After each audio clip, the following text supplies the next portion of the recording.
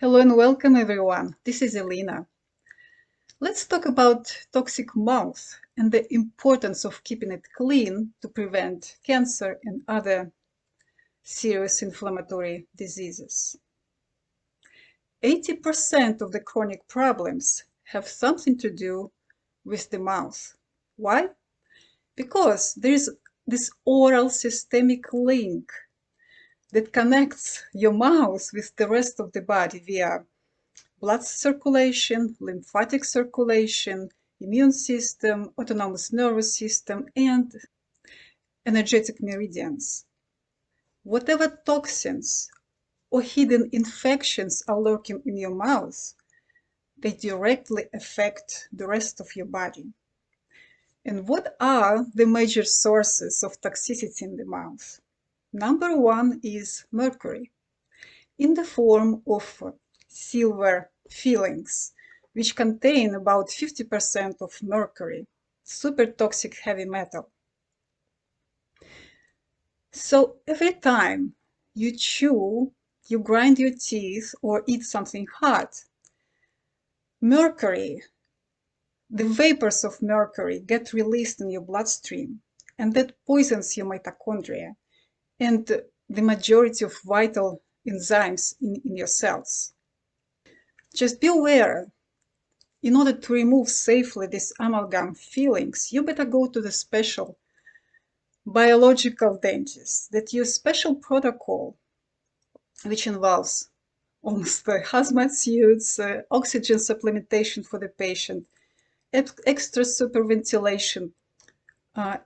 This is a big deal to use all kinds of precautions during drilling of these amalgam fillings to minimize exposure of mercury vapors, both for patient and dental team.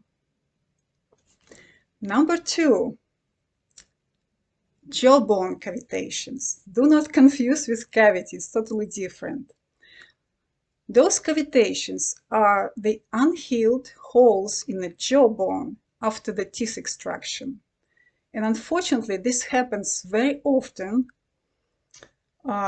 in the people on a refined Western diet with the insufficient consumption of vitamin D3 and K2. And why is it important? Because those cavitations, those unhealed holes, harbor all kinds of anaerobic bacteria, harmful pathogens, and other toxic stuff such as mercury that slowly poison our body. And unfortunately, this kind of disorders in the mouth can't be detected and diagnosed with regular X-rays. The special 3D imaging is required, such as a CAT scan. And unfortunately, surgery is the only solution, the only remedy to fix this problem. Number three is infected root canals. It's a very ubiquitous practice to save the tooth by the means of its mummification, which would be a horrible idea to preserve dead organ or any other part of the body. So what happens after blood supply and nerve in the tooth is killed? This dead tooth becomes a factory and a breeding ground of all kinds of anaerobic bacteria that kind of squeezed out from the tooth every time you bite on it. There is very well documented correlation between infected dead teeth in the mouth and the cancer in the certain organs and other body parts, because each tooth is energetically connected with a certain organ or body part. That's why cancer treatment protocols in the integrative medicine practices do require to get rid of the infected root canals in order to heal the body and dissolve the tumors. Number four is closely related to the infected root canal and is called gum disease. This chronic infection not only affects your gums and teeth, but also directly associated with heart disease, stroke, Alzheimer's, arthritis, and so on and so forth. When your gums bleed, when you brush your teeth or floss, this is a huge red flag and call for action. However, gum disease could be brewing for years without clinical symptoms and still poison your body. Microscopic examination of saliva is very useful in this regard. It can be done in a dental office, or you can send your sample to the special service, like DNA saliva or something like that. Saliva from healthy mouths contains only bacteria of a round shape, which are not moving, like Streptococcus, for example. These are healthy part of my oral microflora, and we need it to maintain our immunity up and, just normal microenvironment. When saliva samples are sprinkled with bacteria in the shape of rods, this is the sign of gum disease brewing. And next stage is when the lot of spirochetes, periodontal spirochetes in the form of wiggly, swiftly moving bacteria, when this kind of bacteria are present, this is a sign of the full-blown periodontal disease. Furthermore, the doctors can see in the samples like this even parasites like amoeba and treponema, and it happens very often in cancer patients. Unfortunately, just brushing and flossing is not enough.